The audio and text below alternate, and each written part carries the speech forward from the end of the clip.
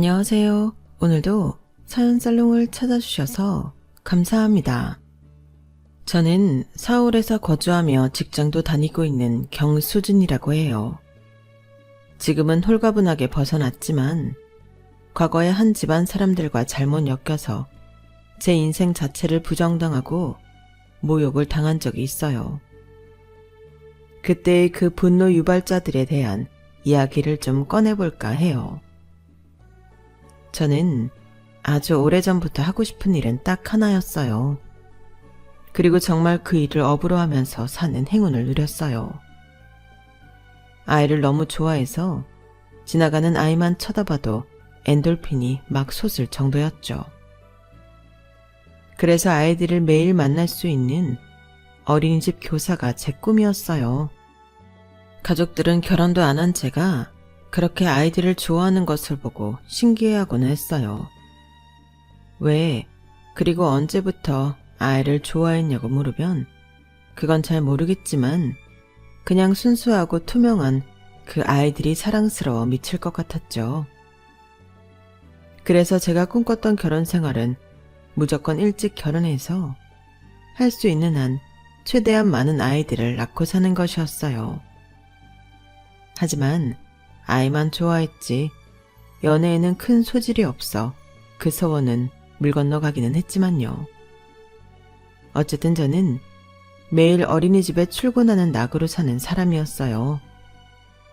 다른 분들도 다 너무 훌륭한 선생님이시지만 진심에서 우러나와 아이들을 대하고 사랑해주니 부모님들 사이에서 저는 특히나 인기가 많은 교사 중에 하나였어요. 돈 주고 살 수도 없을 만큼 참 감사한 일이었죠. 그렇게 아이들만 기다리며 출근하던 제게도 기다리게 되는 다른 사람이 생겼어요. 지인과의 약속 자리에서 알게 된 한 남자였죠. 이름은 김양호. 나이는 저와 동갑이었어요. 저도 이름을 여러 번 들어본 꽤 알려진 기업에 다니는 회사원이었는데 너무 호감형이었어요. 180cm가 넘는 키에 적당한 체격, 댄디하고 깔끔한 수트가 잘 어울렸고 손가락이 길고 웃을 때 가지런한 치아가 다 보이는 남자였어요.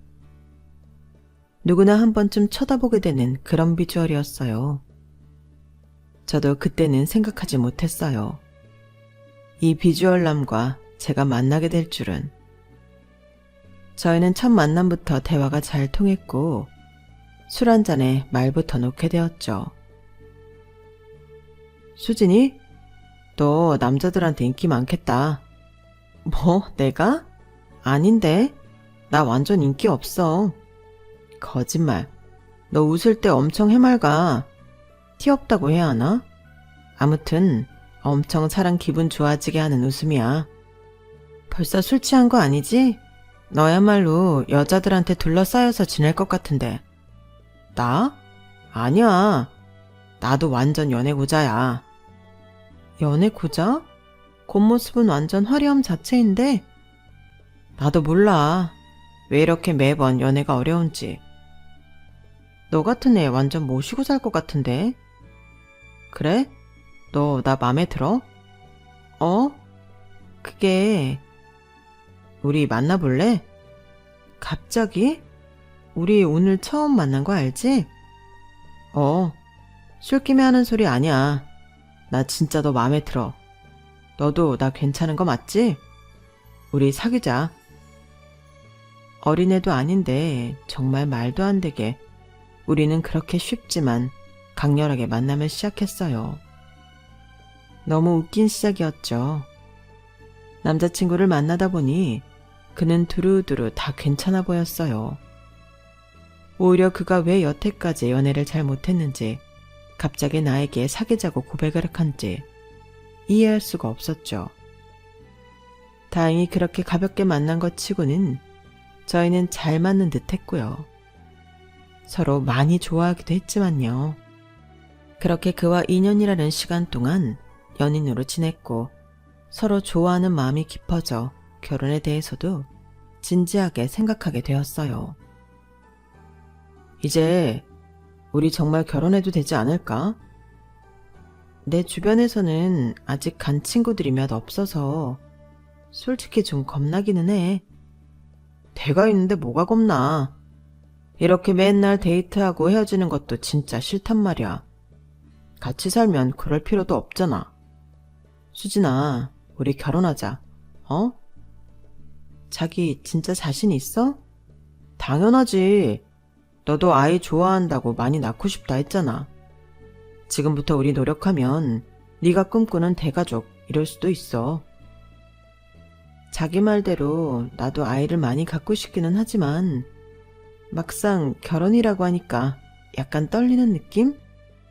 남자친구는 제가 원하는 다산을 밀어붙이며 결혼을 빨리 하자고 졸랐어요. 처음에는 결혼이라는 것에 약간 겁이 나기도 했지만 든든한 그가 평생 제 옆에 있어준다고 하니 저도 안심이 되었죠. 남자친구가 저희 집에 인사를 왔고 부모님 두 분 다 너무 좋아하셨어요.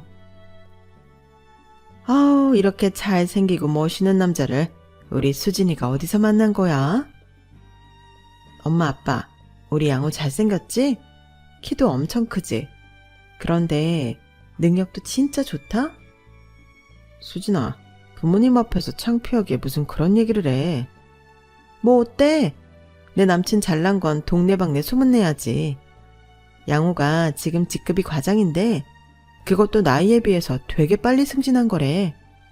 동기들은 아직 주임 달고 있는 사람들이 대부분이래. 어머, 그랬어? 우리 수진이랑 동갑인데 벌써 과장 직급이라니. 정말 일 잘하나 보다. 아닙니다. 제가 운이 좋아서. 양호가 이 속도로만 계속 쭉쭉 올라가면 내후년에는 팀장 일까지 할 수도 있대. 장난 아니지? 이렇게 귀한 인재가 우리 수진이랑 결혼한다니. 고마워요. 우리 수진이 잘 부탁해요. 아닙니다. 저야말로 잘 부탁드립니다. 수진이랑 꼭 행복하게 살겠습니다. 모든 게 더할 나위 없이 좋았어요. 정말 모두의 축복 속에서 행복한 결혼을 할 수 있을 것 같은 느낌이 들더군요. 아빠와 엄마는 같이 체인점 식당을 운영하고 계셨는데 많이는 아니지만 적당히 수입이 있는 편이었어요. 저 역시 휴학 한 번 없이 대학을 졸업하고 사회생활을 빨리 시작해 모아둔 돈도 약간 있어 큰 욕심을 부리지만 않으면 적당한 결혼 준비는 가능했어요.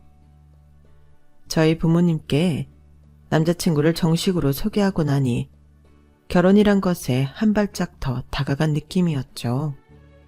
며칠 뒤 설레는 마음으로 남자친구의 집에 선물을 안고 찾아갔어요. 너무 인상이 좋은 남자친구의 어머니가 저를 반겨주셨어요. 어서 와요, 수진씨. 만나서 반가워요. 얼마나 보고 싶었는지 몰라요? 어머니의 환영에 긴장됐던 마음도 녹고 기분이 좋아졌어요. 감사합니다. 경수진입니다. 그래요. 내가 이날만을 얼마나 기다렸는지. 양호가 수진씨 칭찬을 그렇게 하더라고요. 아주 예쁘고 착실한 어린이집 선생님이라고. 실제로 보니까 사진보다 훨씬 예쁘네요. 칭찬해 주셔서 감사합니다. 사실 양호 씨는 아버지가 안 계셨어요. 어릴 때 돌아가셨다고 했는데 상처가 될까봐 무슨 이유로 그렇게 된 건지는 묻지 않았었죠. 대신 아버지가 돌아가시면서 남긴 사망보험금이 꽤 됐었는데 어머니가 그 돈으로 여기저기 재테크한 것이 제법 성공적이어서 부족한 것 없이 사는 것 같았어요. 집이 너무 예뻐요, 어머니. 내가 집 꾸미는 걸 좋아해요. 화분 키우는 것도 좋아하고. 집 구경할래요? 어머니는 남편과 사별했다고 전혀 느낄 수 없는 우아하고 여유로운 모습이었어요. 요리 솜씨도 얼마나 좋으신지 차려주신 밥도 너무 맛있게 먹었죠. 결혼하게 되면 집은 내가 3억 정도 보태줄 수 있어요. 다행히 둘이 직장이 그렇게 멀지 않으니까 집 구하는데 트러블은 안 생기겠네요. 3억이요? 저희가 그냥 대출 받아서 작게 시작해도 되는데 많이 모이려면 처음에는 어른 도움이 좀 필요할 거예요. 양호한테 듣자 하니 아이를 너무 좋아해서 어린이집 선생님이 됐다던데. 네, 저는 아주 어릴 때부터 꿈이 아이들과 함께하는 직업을 갖는 것이었어요. 세상에, 그러니까 얼굴이 저렇게 순수하고 맑구나. 그럼 아이도 많이 갖고 싶겠네요. 네, 힘 닿는 데까지 많이 낳고 싶어요.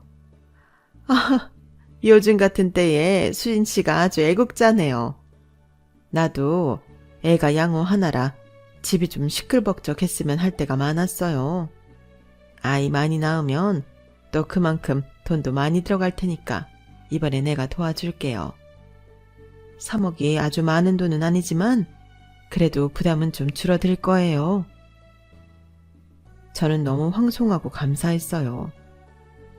아예 우리 둘이 모아둔 것에 대출을 최대한 받아서 시작하려고 했었는데 3억이면 저희가 구하려는 동네의 아파트 전셋값에 부담이 4분의 3이나 줄은 셈이었어요.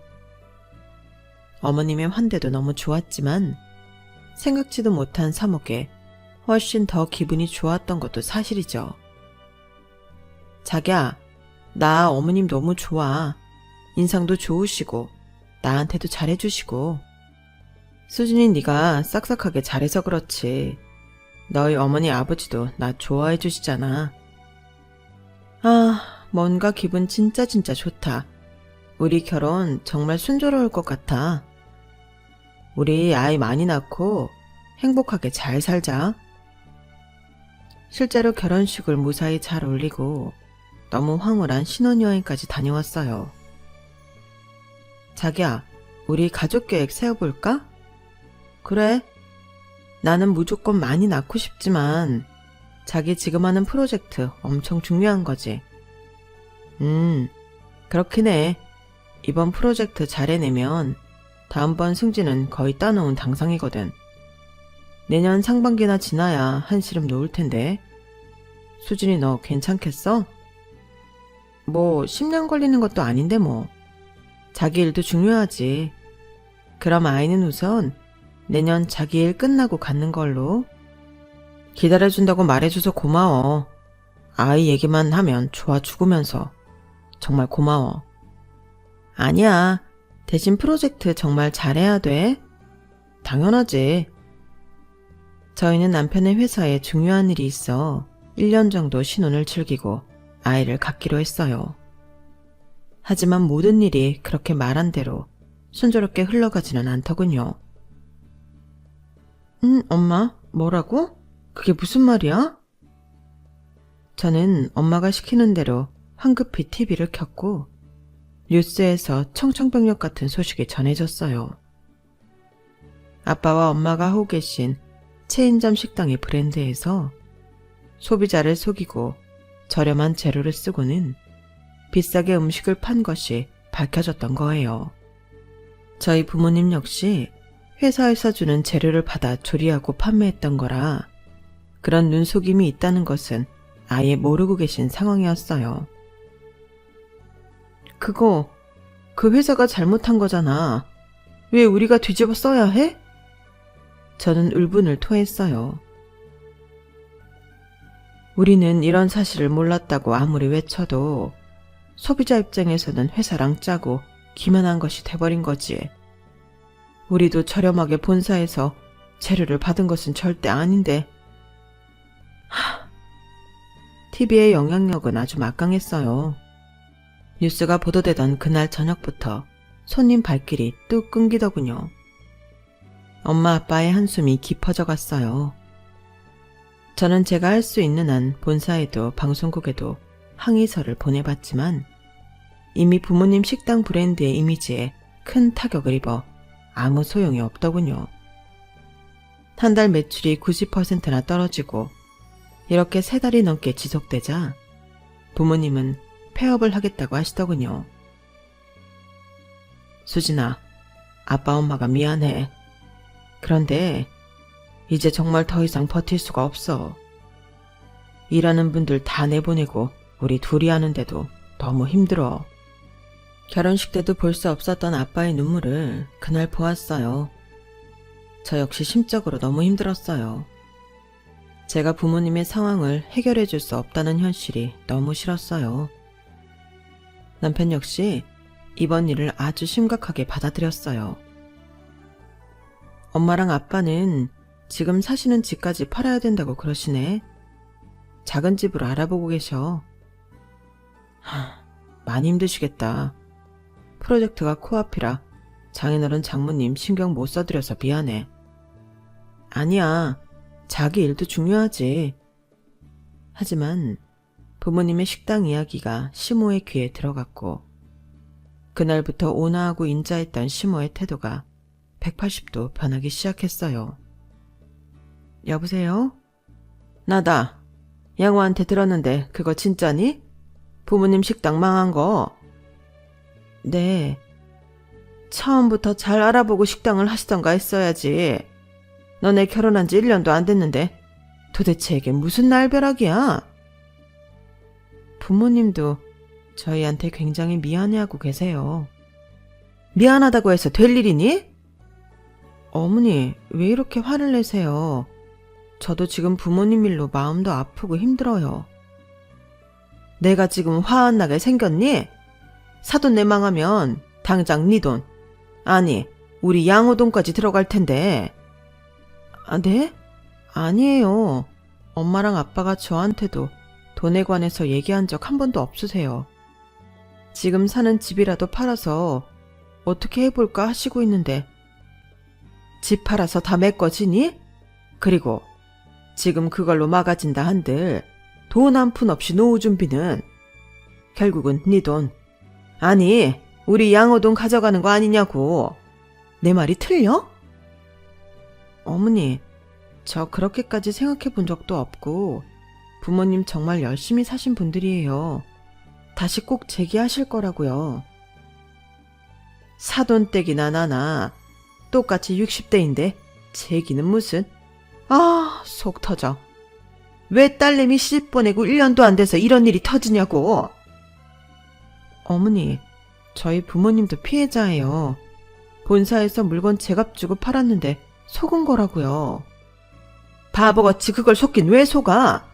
그 정도도 딱 보고 싸구려인지 좋은 건지 구별도 못하면서 식당을 왜 해? 너무 돌변한 시모의 모습에 저는 머리까지 빙빙 돌고 속이 울렁거렸어요. 전화를 끊고 한없이 눈물만 흘렀어요. 남편에게 시모와의 통화 이야기를 했어요. 그래? 엄마도 좀 흥분했나 보다. 수진이 네가 이해해. 나 아들 하나인데 그 소식에 다른 건 안 보이고 그냥 내 생각만 하신 걸 거야. 결혼했는데 우리 가족 아니야? 우리 부모님 일인데 그렇게 서운하게 이야기하실 이유가 뭐 있어. 내가 진짜 내 돈이고 자기 돈이고 갖다 드렸으면 억울하지는 않지. 나 어머님 그런 모습 처음 봐. 내가 엄마한테 잘 이야기할게. 엄마도 지금 너한테 미안해하고 있을 거야. 한 번도 나한테 그렇게 소리치신 적 없었는데 나 정말 많이 놀라고 무서웠어. 은연중에 남편이 시모에게 저 대신 큰 소리 쳐줄 것을 기대했지만 오히려 제게 지는 신용하고 들어가는 말에 서운함이 더 크게 밀려왔어요. 제가 잘못한 것도 없는데 지고 들어가야 하는 상황이 이해가 되지 않았죠.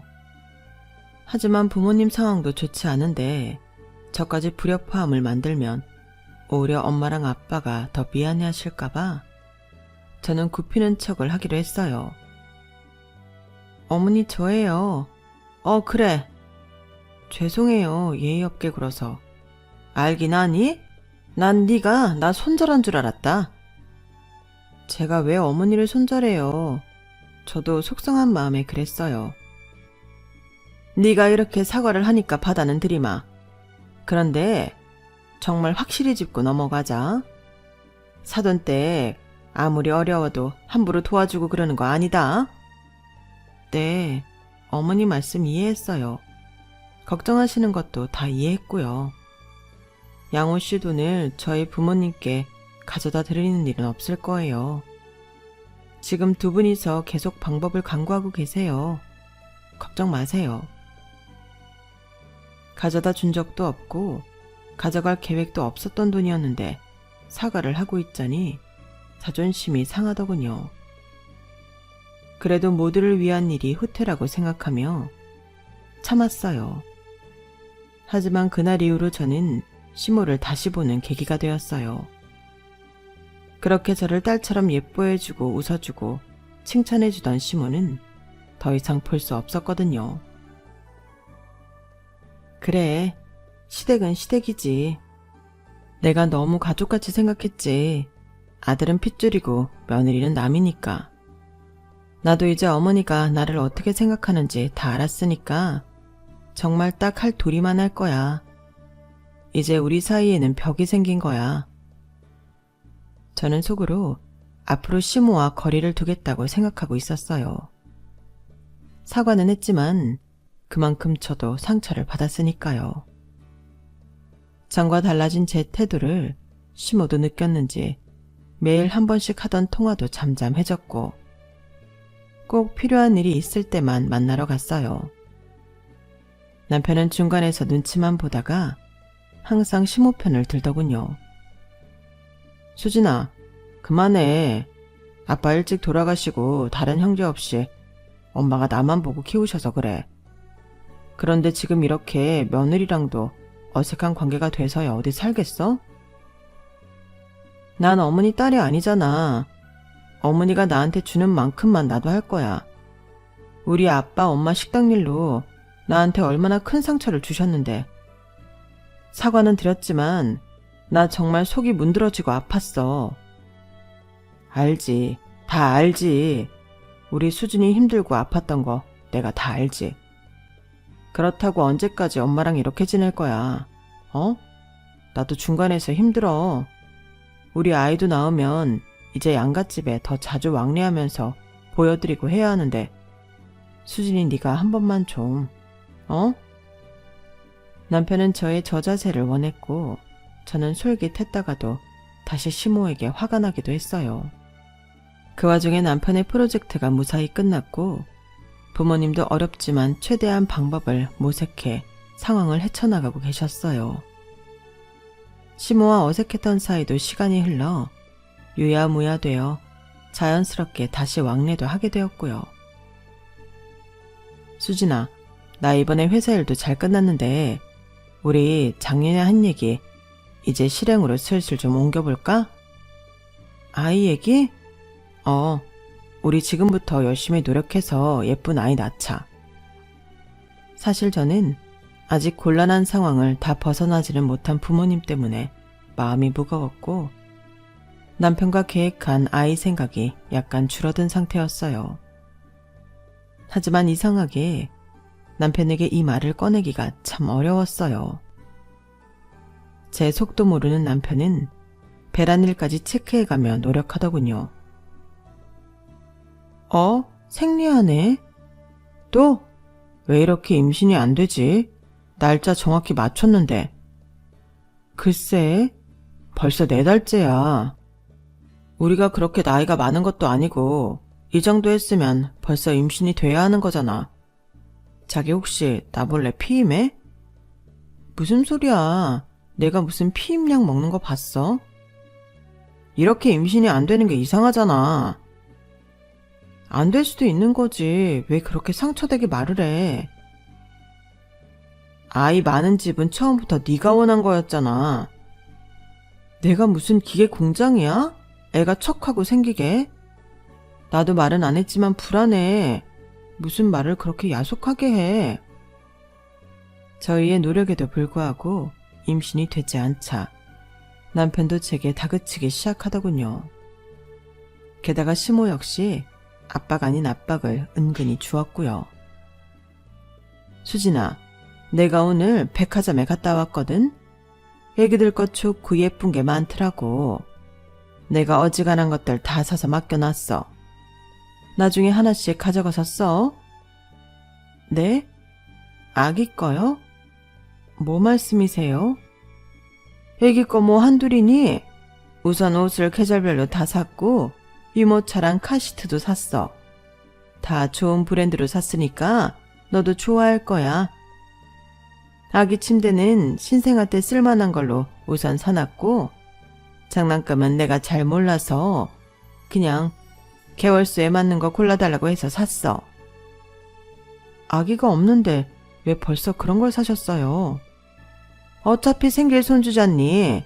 그리고 지나가는데 눈이 안 가는 게 없더라고. 어쩜 그렇게 예쁜 게 많니?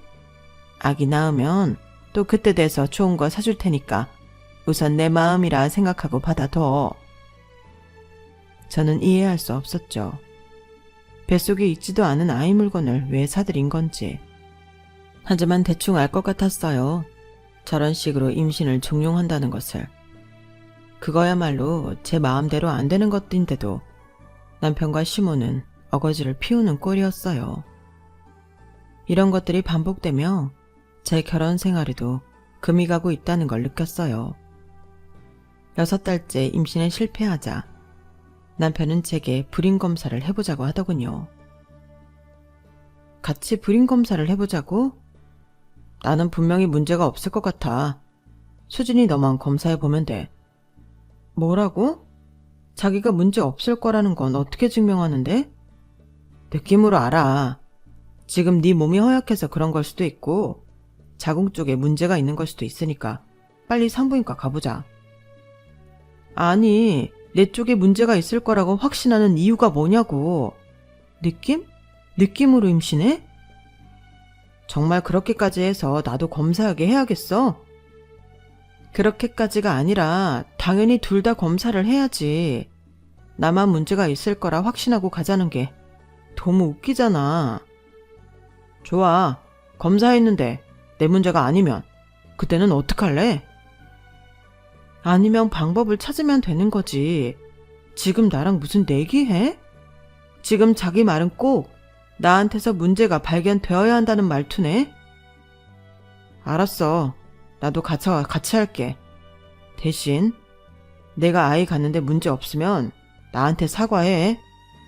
자기가 지금 나한테 이렇게 하는 건 사과할 생각이 없어? 남편의 억측에 화가 났지만 저도 누구 문제인지 가려서 확실히 따지고 싶었기에 함께 병원을 가게 되었어요. 가는 차 안에서 내내 회의감이 들더군요. 사랑해서 아이를 낳자는 것이 아니라 둘 사이에 지금 아이라도 있어야 할 것 같은 분위기에 압도되어 이렇게 엇갈리는 건 아닌지 깊은 생각에 빠졌죠. 병원에서 저희는 검사를 했고 결과가 나왔어요. 다행인지 불행인지 모르게 남편과 저 둘 다 신체적으로나 기능적으로 문제가 없었죠. 산부인과 의사가 묻더군요. 우리 두 분 다 요즘 심하게 스트레스를 받고 계시나요? 둘 다 검사 결과로는 깨끗한데 정신적으로 좀 문제가 있을 때도 난임인 경우가 있거든요. 엄마와 아빠가 건강한 상태로 아이를 맞을 준비를 하셔야지 아이도 즐겁게 오지 않겠어요?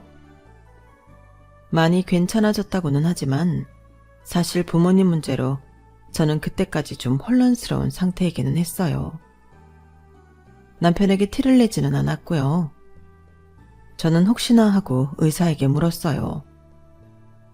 제가 대학생 때 자궁에 아주 작은 혹이 있었는데 별것 아니라고 해서 쉽게 시술 정도를 받은 적이 있긴 한데요. 혹시 그게 연관이 있을까요? 정확히 어떤 혹이었는지 제가 차트를 봐야겠지만 연관성은 많지 않아요. 보통 병원에서 그렇게 가볍게 얘기하고 떼어내는 거면 정말 작은 것이었을 것 같아요. 특히 자궁은 여자한테 더 소중한 기관 중에 하나니까 심각했다면 언지를 줬었겠죠? 아, 네. 남편은 의사에게 전혀 정신적으로 받는 스트레스는 없지만 아이가 계속 생기지 않아 고민인 정도라고만 말하더군요. 남편분, 그것도 스트레스예요. 참 어려운 일이겠지만 꼭 임신이 되어야 해 라는 마음을 갖지 말고 차분하게 기다려보는 것이 좋을 것 같아요. 산부인과를 넣으며 남편이 투덜거렸어요. 차분하게 마음을 가지라고? 그런 말은 누가 못해? 내가 뭘 했어? 나 문제없다고 했잖아. 나는 뭐 문제 있다고 나왔어? 김영호, 너 왜 이렇게 이기적이야? 너는 뭐 예전에 혹을 뗀 적이 있다며. 저 의사가 뗀 것도 아닌데 네 말만 듣고 그게 심각한 건지 아닌지 어떻게 알아? 그럼 그것 때문에 임신이 안 된다는 말이야?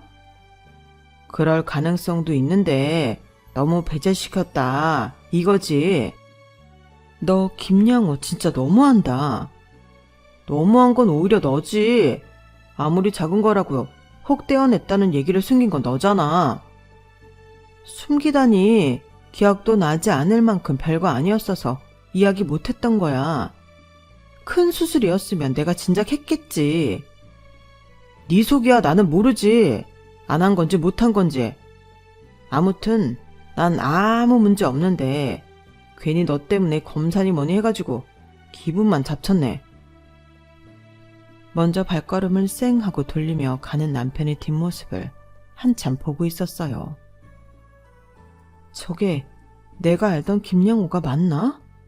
그렇게 사랑했던 김양호가 맞아?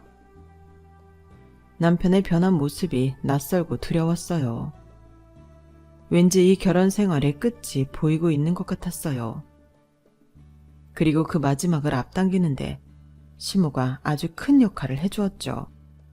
검사 사건 이후 며칠 뒤 시모에게 오랜만에 전화를 받았어요. 여보세요? 나야. 너 지금 어디니? 어머님, 저 지금 출근 중이에요. 출근? 어린이집? 네. 아우, 넌 참 속도 좋다. 무슨 말씀이세요? 어린이집으로 출근이 하고 싶니? 갑자기 무슨 말씀이세요? 저 계속 어린이집에서 일해왔잖아요. 애도 못 갖는 네가 어린이집에서 일하는 게 웃기다는 말이다. 네? 뭐라고요? 양호한테 들었다. 양호는 남자로서 아무 문제 없다면서. 너는 왜 자궁에 혹된 얘기를 그동안 숨기고 안 했니? 그것 때문에 임신이 안 되는 거였으면 나나 우리 양호가 그렇게 속 끓이지 않았어도 되잖아. 김양호가 그래요? 자기는 아무 문제 없고 제가 혹된 것 때문에 임신이 안 된다고? 얘 좀 봐. 김양호? 그래, 양호가 그랬다. 그런데 누가 봐도 그것밖에 이유가 없잖니. 나이도 한창인데 임신이 안 될 다른 이유가 뭐가 있겠냐고. 그렇게 저한테 문제 있다고 몰아가면 김양호랑 어머님 속이 좀 편하세요? 진작 네가 불임인 줄 알았으면 우리 양호랑 결혼 허락 안 했을 거야. 결혼 전에 애를 먼저 낳는 것도 아닌데 불임인지 누가 알아요? 내 말이 그래서 짜증난다는 거지.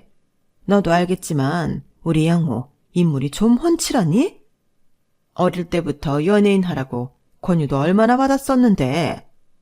그런 귀하디 귀한 하나밖에 없는 외아들인데 여기서 태가 끊긴다고 생각하니까 분해서 잠이 안 와. 그런데 네가 어린이집으로 출근을 한다고? 기가 찬다, 기가 차. 어린이집에 애 안 생기는 사람은 취직 금지시키는 법이라도 있어요? 네 양심에 묻는 말이지. 그 착한 아이들 보면서 네가 갖지 못하니까. 너도 몰래 못된 생각할 수도 있는 거고. 안 그래? 저기요. 뭐? 저기요? 얘 좀 봐. 너 말 다 했어? 이제 날 CM으로도 안 보는 거지? 이게 어디다 대고 저기요래? 지금 누구를 잠재적 범죄자 취급하는 거예요? 저는 너무 기가 차고 서러워서 눈물이 났어요. 제가 뭘 잘못했다고 이런 대접까지 받는 건지. 아이를 너무나 사랑하는 제게 왜 이런 시련이 닥쳐온 건지. 너 애 낳으면 주려고 내가 진작에 백화점에서 사놓은 건 다 어쩔 거냐? 누가 그런 거 미리 사달라고 했어요? 왜 사놓고 나한테 뭐라고 그래요? 아, 너랑 이렇게 입씨름하는 거 나도 골아프다. 니네 결혼하고 얼마 안 돼서 부모님 식당 난리 났네 어쩌네 했을 때 그냥 깨끗하게 싹 갈라놓을걸. 그때부터 불안하긴 했다. 아주 그때 못 갈라놓은 걸 나도 평생 후회할 거다. 결국 시모는 제게 기름을 붓고 부채질까지 하며 불을 붙이더군요. 이제는 더 이상 볼 것도 없었죠. 김양호 집과는 당장이라도 끝을 내야겠다고 생각했어요. 이제는 집에 와서 저를 소 닭 보듯 하는 김양호를 불러 세웠어요.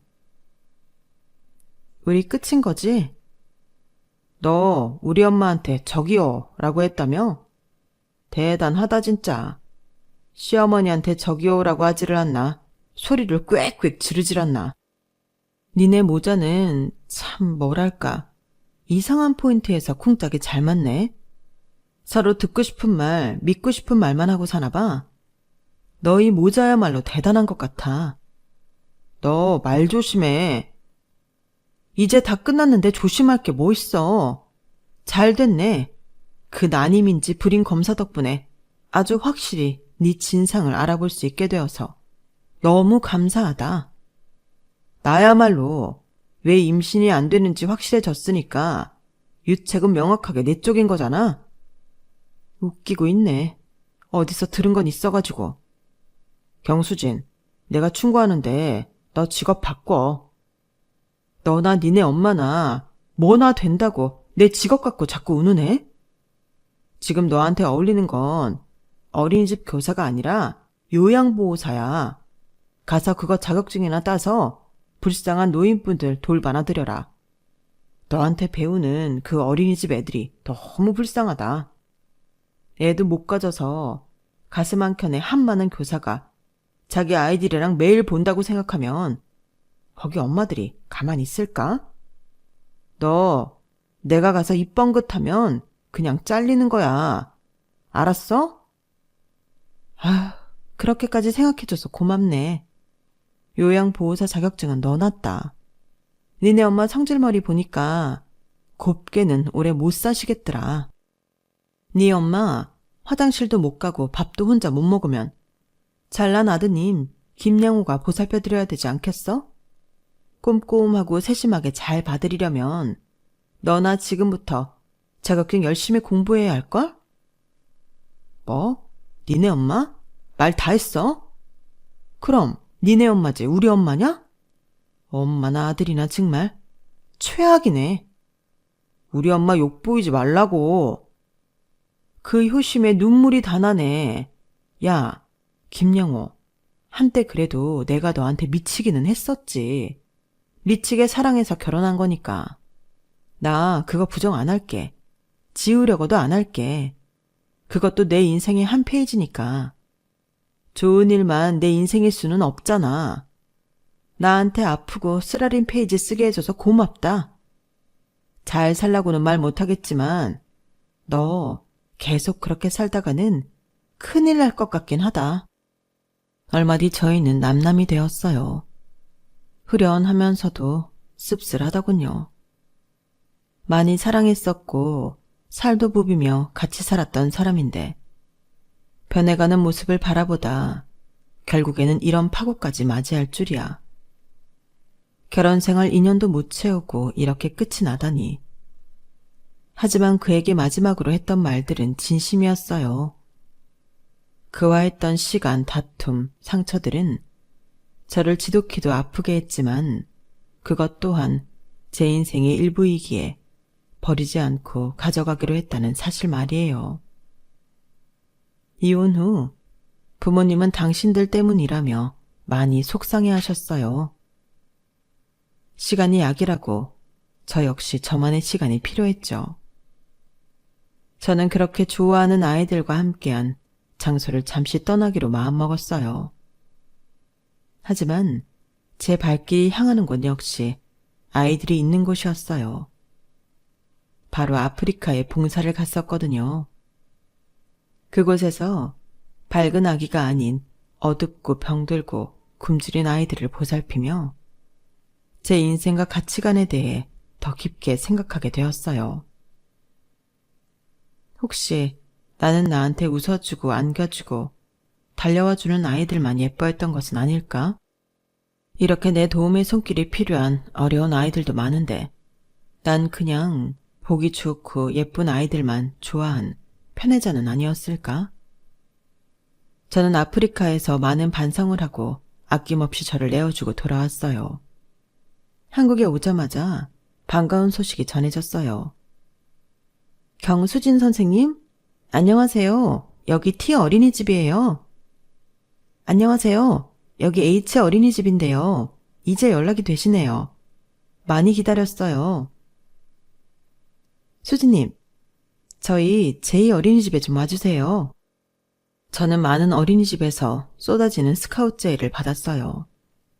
어떻게 된 영문인지 몰랐는데 전에 있던 어린이집에서 학부모님들이 좋은 글들도 많이 남겨주시고 원장 선생님이 제가 없는 동안 여기저기 추천을 많이 해주셨더군요. 덕분에 저는 제가 원하는 헌금과 페이를 선택해 다시 어린이집 일을 할 수 있게 되었죠. 하나 달라진 것이 있다면 제가 쉬는 날에는 되도록 보육원이나 고아원에 아이들을 찾아가기 시작했다는 거예요. 그곳에도 너무 착하고 예쁜 아이들이 많더군요. 그 아이들 역시 아무 편견 없이 사랑해주게 되었어요. 그리고 김양호 때문에 남자를 못 만날 줄 알았는데 봉사하며 알게 된 한 남자에게 다시 사랑을 배웠고 재혼까지 하게 되었어요. 그리고 저희 사이에서는 아주 건강하고 예쁜 아이가 태어났답니다. 그것도 셋이나요. 아무리 검사를 한다 한들 제 배 앞에서 아이들을 셋이나 낳았는데 제가 불임이 아니었다는 것은 설명할 필요도 없었죠. 아마 전 남편과 시모가 저희 아이들 이야기를 들었다면 뭐라고 했을까요? 순순히 김양호가 문제가 있다라고 했을까요? 아니면 또 제가 어디서 애를 훔쳐왔네 어쩌네 하면서 말도 안 되는 소리를 짓거렸을까요? 다행히 지금 엄마와 아빠가 가까이서 아이들을 함께 돌봐주시고 계셔서 저 혼자 절대 힘들지 않아요. 남편 역시 적극적으로 집안일과 육아를 같이 해주고 있고요. 덕분에 저는 어린이집 일도 봉사하는 일도 계속 할 수 있게 되었죠. 얼마 전 알고 싶지는 않지만 어쩌다 알게 된 전남편 소식에 저는 피식 웃고 말았어요. 전남편 역시 같은 회사 사내에서 한 여자와 사귀고 재혼을 한 것 같더군요. 하지만 또 둘 사이에 불임 문제가 불거졌고 시모가 저한테 했던 것처럼 기름을 끼얹은 모양이에요. 재혼한 새 와이프는 다른 직원들이 다 보는 회사 게시판에 전남편과 시모의 행각을 낱낱이 까발렸고 탄탄대로만 열릴 줄 알았던 전남편은 결국 그 회사를 그만둘 수밖에 없었다고 하더군요. 그 시모는 아들이 잘 되기를 바라는 건지 아닌 건지 도무지 알 수가 없네요. 저는 지금 너무 행복하게 지내고 있어요. 자상한 남편과 토끼 같은 내 새끼들 옆에서 적극적으로 도움을 주는 부모님까지. 지금 이 소중한 시간들은 제 인생에서 좋고 행복한 페이지로 장식될 수 있기를 바래요. 제 이야기는 여기까지예요. 털어놓고 나니 마음이 한결 홀가분합니다. 들어주셔서 감사드리고요. 여러분의 가정에도 행복이 가득하시길 진심으로 바랍니다. 여러분, 사연 댓글에 응원과 현명한 조언 부탁드려요. 좋아요와 구독은 저에게 큰 힘이 됩니다. 오늘도 좋은 일 가득하세요.